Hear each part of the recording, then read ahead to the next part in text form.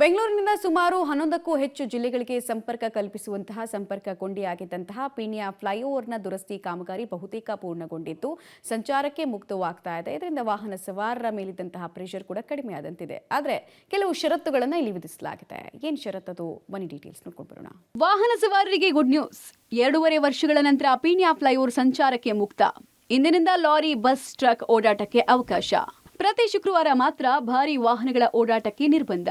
ಬೆಂಗಳೂರು ನಗರದ ಹೆಬ್ಬಾಗಿಲು ಪೀಣ್ಯ ಫ್ಲೈಓವರ್ 2021ರಲ್ಲಿ ಪೀಣ್ಯ ಫ್ಲೈಓವರ್ನಲ್ಲಿ ದೋಷ ಕಾಣಿಸಿಕೊಂಡಿದ್ದರಿಂದ ಈ ಮೇಲ್ಸೇತುವೆ ಮೇಲೆ ಬರೋಬ್ಬರಿ 2 ವರ್ಷಗಳ ಕಾಲ ವಾಹನ ಸಂಚಾರ ನಿಷೇಧಿಸಲಾಗಿತ್ತು. ಇಂದಿನಿಂದ ಶುಕ್ರವಾರ ಹೊರತುಪಡಿಸಿ ವಾರದ 6 ದಿನ ಎಲ್ಲಾ ತರದ ವಾಹನಗಳು ಈ ಮೇಲ್ಸೇತುವೆ ಮೇಲೆ ಸಂಚಾರ ಮಾಡೋಕೆ ಭಾರತೀಯ ರಾಷ್ಟ್ರೀಯ ಹೆದ್ದಾರಿ ಪ್ರಾಧಿಕಾರ ಹೇಳಿದೆ. ಆದ್ರೆ ಈ ಫ್ಲೈಓವರ್ನ ವಿಶೇಷ ದುರಸ್ತಿ ಕಾಮಗಾರಿ ಇನ್ನೂ ಪ್ರಗತಿಯಲ್ಲಿ ಇರೋದ್ರಿಂದ ಪ್ರತಿ ಶುಕ್ರವಾರ ಬೆಳಗ್ಗೆ 6 ಗಂಟೆಯಿಂದ ಶನಿವಾರ ಬೆಳಗ್ಗೆ 6 ಗಂಟೆ ತನಕ ಭಾರಿ ವಾಹನಗಳ ಓಡಾಟ ನಿಷೇಧಿಸಲಾಗಿದೆ.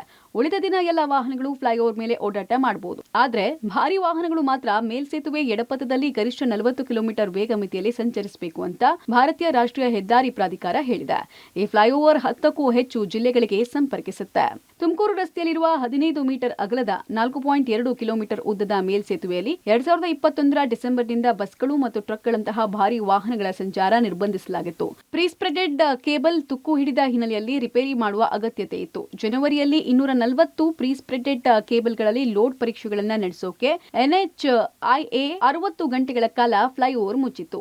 ಮಾರ್ಚ್ನಲ್ಲಿ NHIA 1243 ಪ್ರೀಸ್ಪ್ರೆಡೆಡ್ ಕೇಬಲ್ಗಳನ್ನು ಬದಲಾಯಿಸೋಕೆ ಪ್ರಾರಂಭಿಸಿತು. ಸದ್ಯ ದುರಸ್ತಿ ಕಾರ್ಯ ಬಹುತೇಕ ಪೂರ್ಣಗೊಂಡಿದ್ದರಿಂದ NHIAಯಿಂದ ಗ್ರೀನ್ ಸಿಗ್ನಲ್ ಸಿಕ್ಕಿದೆ. ಏಷ್ಯಾದ ಅತಿದೊಡ್ಡ ಕೈಗಾರಿಕಾ ಪ್ರದೇಶಗಳಲ್ಲಿ ಒಂದಾದ ಪೀಣ್ಯದಲ್ಲಿರುವ ಮೇಲ್ಸೇತುವೆ ಮೇಲೆ ಭಾರಿ ವಾಹನಗಳ ಸಂಚಾರಕ್ಕೆ ಅವಕಾಶ ಕಲ್ಪಿಸಿರೋದು ವಾಹನ ಸವಾರರಿಗೆ ಬಿಗ್ ರಿಲೀಫ್ ಕೊಟ್ಟಿದೆ. ಇನ್ಮೇಲೆ ತುಮಕೂರು ರಸ್ತೆಯಲ್ಲಿ ಟ್ರಾಫಿಕ್ ಜಾಮ್ ಕೊಂಚ ಕಡಿಮೆಯಾಗಲಿದೆ. Aruna public TV, Bengaluru.